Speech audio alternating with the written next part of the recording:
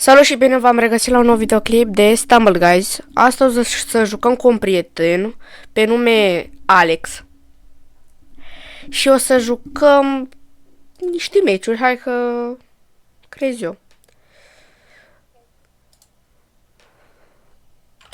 Și o să dăm Best of Team, ceva de genul se numește. Spune și tu. Da, Best of Team. Așa.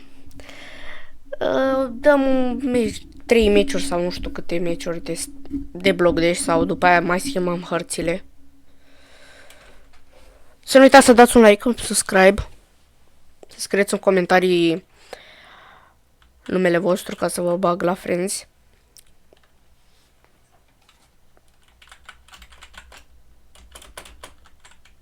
El se vede cu numele verde că e friendul meu. L-am la prieteni. Așa puteți să vă vedeți friendzii că aveți numele verde.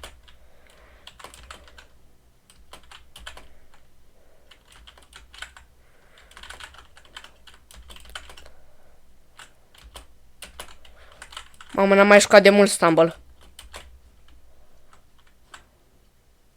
Tu vrei să o încerci?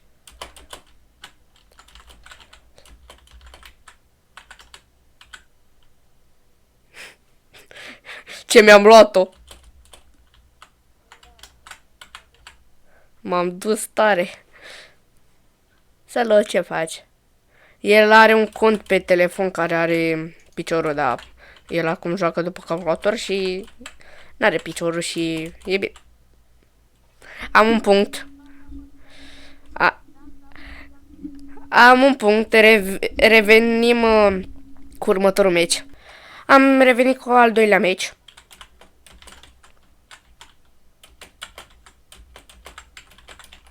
Acum începe și el să joace mai serios. Mi-ai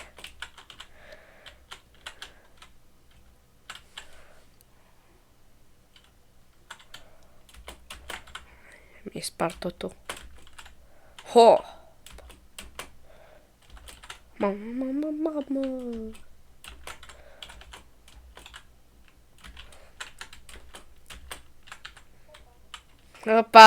Opa! Ce-ai mai făcut?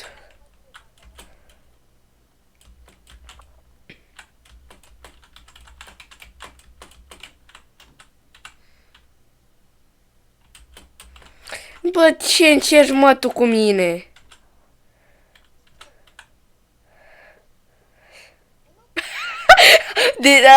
Oficial am câștigat meciul, doar că mai dăm o rundă ca să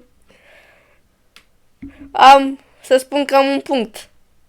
Un punct de la mare, dar asta e a doua fază. Dacă câștigi meciurile, ai un punct. Hai că revin cu al treilea meci. Am revenit cu al treilea meci. L-am bătut de l-am rupt pe copil.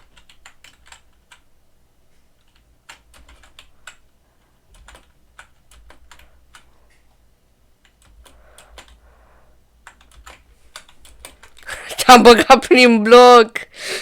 Să vezi cum s-a văzut pe filmare.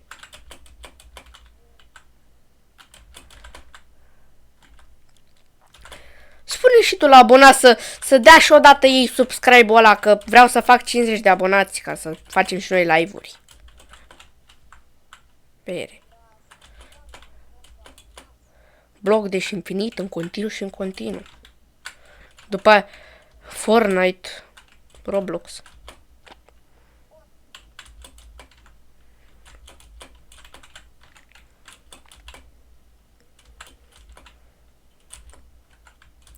E joacă cel mai serios că are rușinica.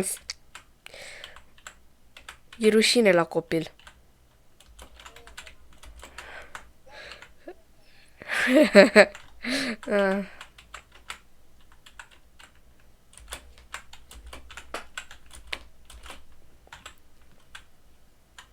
Hai, bine, hai. Că până acum am jucat singurel.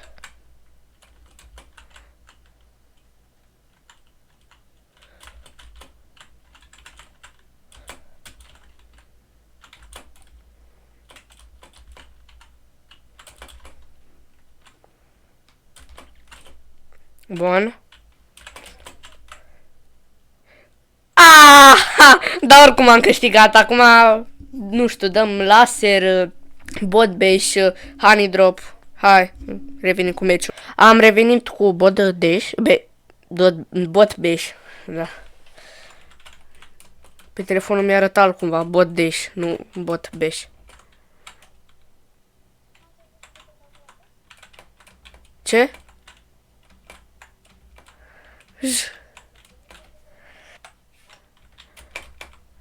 Aha, mă uitați cum am pierdut eu meciul, că stăteam de vorbă cu copilul de Alex. De Mr. Păr.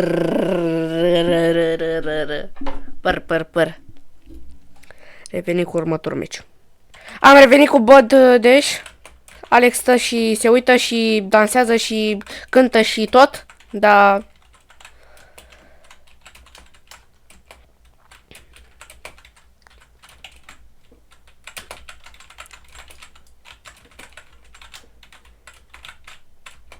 Mamă, ce erau ăia să mă prindă șopărlele.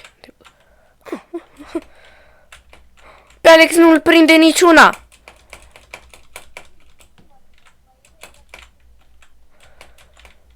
Vera, da uite-te câte sunt pe mine. Buburuzele vieții.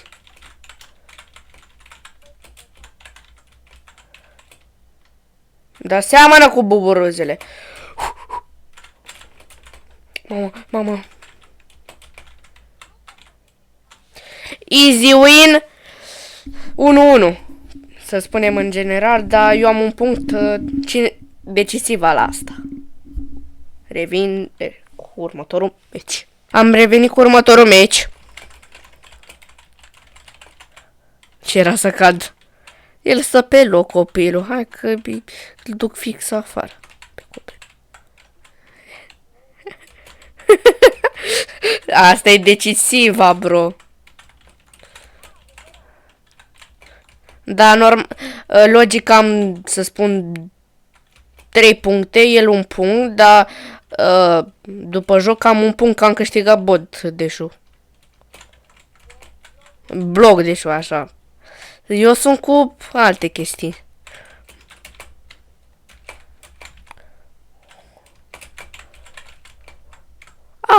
Ah! 1-1. Cum laser. Am revenit cu laser 3, cum se numește, că nu mă interesează. Eu mai mult mă prostesc când... Rip Alex, așa o să fii și tu.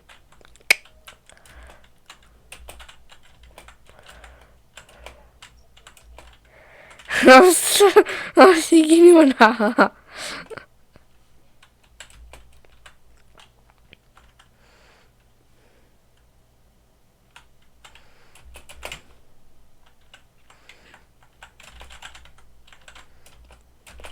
Mamă, ce cred că eram să intru în laser?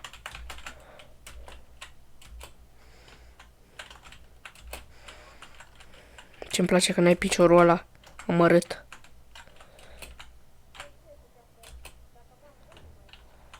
Da, la început puteai să-mi faci o schemă de aia sau și pe aici puteai când era mult spațiu. Și eu eram Revenim cu următorul meci.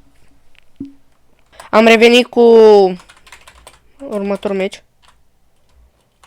Da, logic poți să mă egalezi la laser ca să fie 1-1 la laser.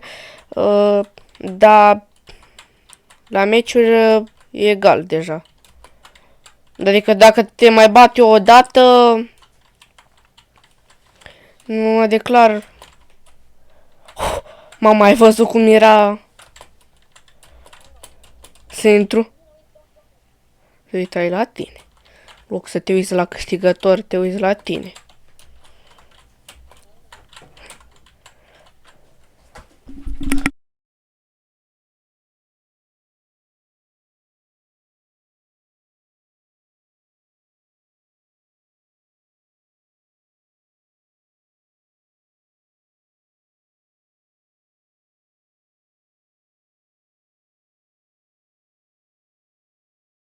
GG. Hai, acum cine câștigă, câștigă. Revenim cu următorul meci.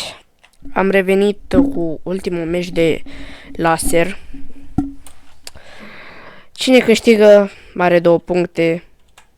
El stă, îl împing la...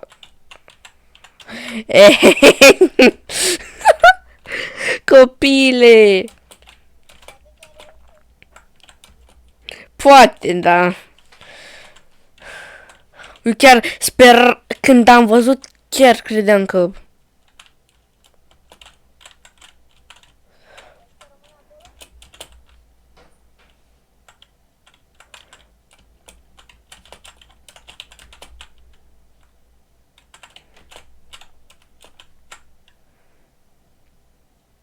Ma.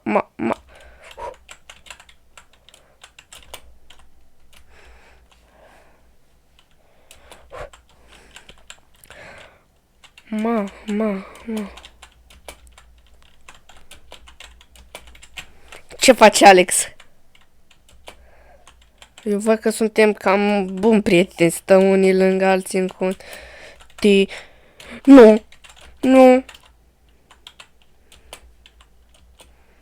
Mama, cum era înconjurat acolo.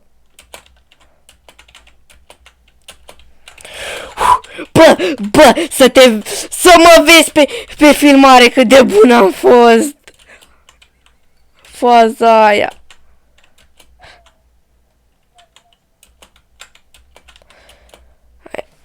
Bă, am fost conjurat tot meciul de lasere, bă. Tot meciul am fost. GG. 2-1.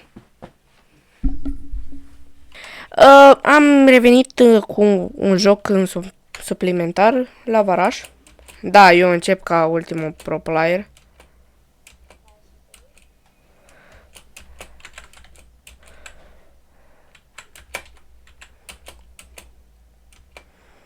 El se joacă în fiecare zi la Varaș și mare pro player.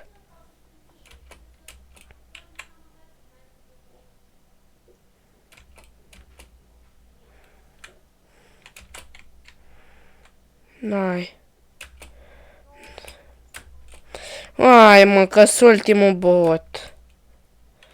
M-a lovit.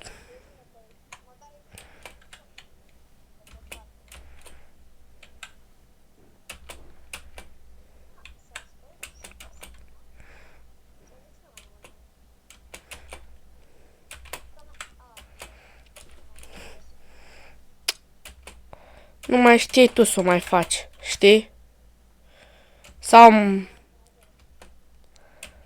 Acum stai ca trollerul și mă trolezi. Ești la final, te-am văzut.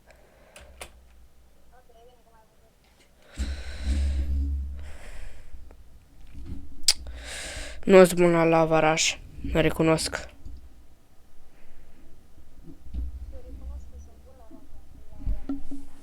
Tu știi alte scheme.